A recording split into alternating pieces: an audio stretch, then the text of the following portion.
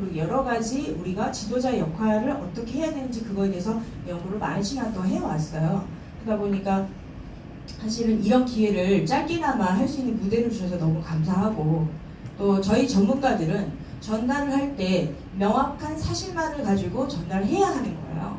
그래서 다들 알고 계시지만 심리학이든 이런 폭력에 노출된 사람들에게 우리가 강사진으로서 교수진으로서 움직일 때는 정말 한 사람을 살릴 수도 있고 한 사람을 죽일 수도 있는 게 저희 강의를 하는 사람의 정말 구제자 역할이라는 걸 반드시 명확히 마음속에 담으시고 무대에 서는 게 정말 많은 사람을 구제할 수 있는 그런 구제자 역할을 하실 수 있을 거라고 믿습니다.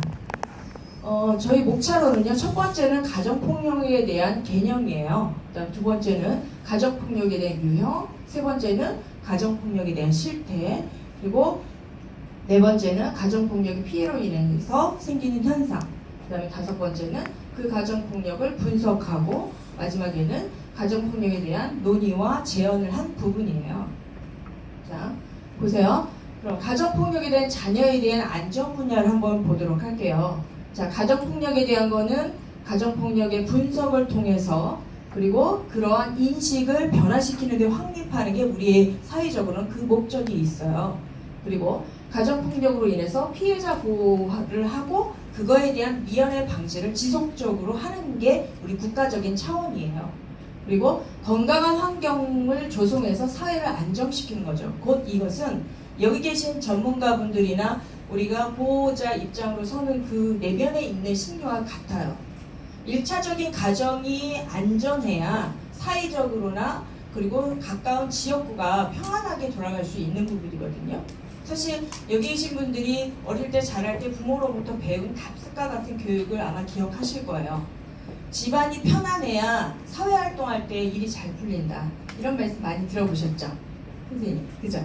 집안이 편해야 밖에서 대장부가 하는 일이 잘 풀리는 거야, 그죠? 네, 마찬가지예요. 집안에 우리가 가족관계가 편안해야 사회적으로 안정적으로 움직일 수 있는 부분이라는 걸 너무나 잘 아실 거예요. 그래서 가정은 중요한 1차적 가장 중요한 집단이고 환경 요인이다.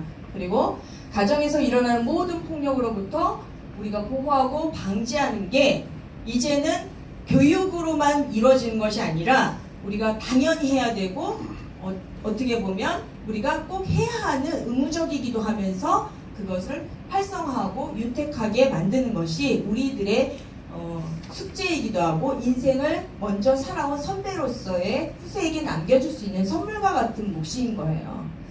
자, 그리고 국가의 지역사회가 함께 개입해서 사회적 악으로부터 우리를 보호 조치하고 미연의 방지를 하는 게 그 목적이 있어요.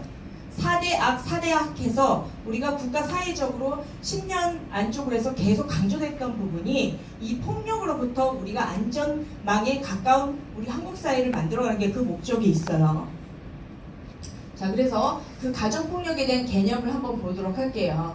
자, 가정폭력 범죄자의 처벌 등에 관한 특례법은요, 제2조 1항에 명시가 되어 있어요. 자, 그 다음에 가정 구성원 사이의 신체적이고 정신적이고 또는 재산상 피해를 수반한 행위, 그리고 가족 구성원 사이에서 공포, 굴욕감을 조성했다. 그 다음에 그것에 따른 가정폭력 범죄가 일어나는 거예요.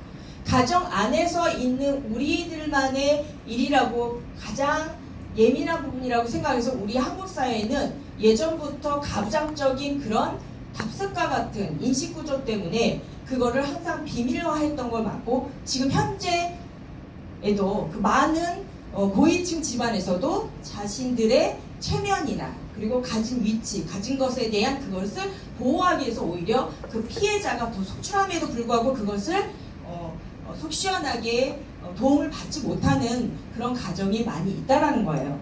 자, 그래서 우리가 여기서도 아동복지법 제3조의 17조를 보면 신체적인 것에 대한 학대, 정서적인 것 학대, 여기서 불분명하고 가장 힘들고 입증하기 힘든 부분이 정서적인 학대예요.